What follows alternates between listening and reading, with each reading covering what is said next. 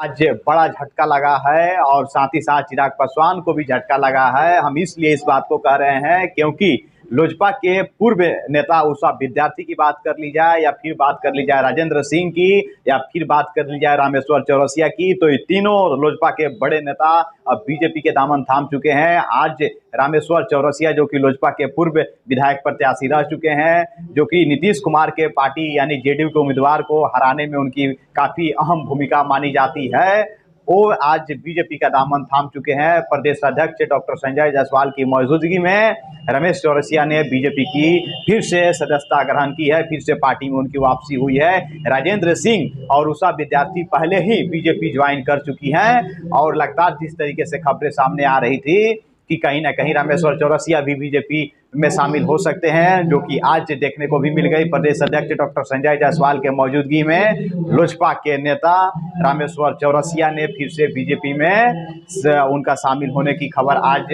सामने आ गई और डॉक्टर संजय जायसवाल ने कहा कि इन तमाम साथियों के आने के बाद बीजेपी कहीं ना कहीं अब मजबूत होगी। आपको बता दें कि 2020 के विधानसभा चुनाव में उषा विद्यार्थी, राजेंद्र सिंह और रामेश्वर चौरसिया, इन तीनों नेताओं ने लोजपा पार्टी के टिकट पर विधानसभा का चुनाव लड़ा था, जबकि चुनाव लड़ते हुए इन तीनों को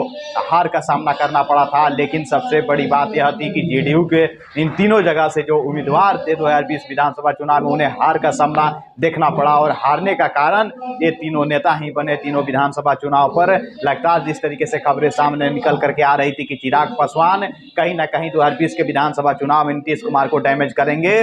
जिसकी पुष्टि भी हुई और नीतीश कुमार को सबसे बड़ा झटका चिराग पासवान के पार्टी की तरफ से 2020 के विधानसभा चुनाव में दिया गया। 28 से 30 ऐसे विधानसभा के सीट थे जिस पर चिराग पासवान के पार्टी ने, उनके उम्मीदवार ने कड़ी टक्कर देते हुए जेडीयू के जो वहां से प्रत्याशी बनाए गए थे, विधायक प्रत्याशी बनाए गए थे, उन्हें हराने का तो काम जरूर किए। भले ही उनके उम्मीदवार सिर्फ 147 विधानसभा चुनाव लड़े थे, चिराग पासवान उसमें से एक ही जीत कर निकले थे, लेकिन नीतीश कुमार को 71 सीट वाली पार्टी को 43 सीट पर लाकर सिमटने में बड़ी अहम भूमिका थी चिराग पासवान की। और चिराग पासवान के जो तमाम बड़े नेता थे, अब बीजेपी में उन लोगों का जाना शुरू हो गया है। और क्योंकि तमाम ये 2-3 ऐसे बड़े चेहरा थे जो बीजेपी छोड़ करके ही चिराग पासवान के पाले में, उनके गुट में गए हुए थे और लोक जनशक्ति पार्टी उन लोगों ने 2020 के विधानसभा चुनाव में ज्वाइन किया था। हालांकि अब बीजेपी में उन लोगों की वापसी हो गई है और अब बीजेपी पार्टी को मजबूत करेंगे। एक तरफ नीतीश कुमार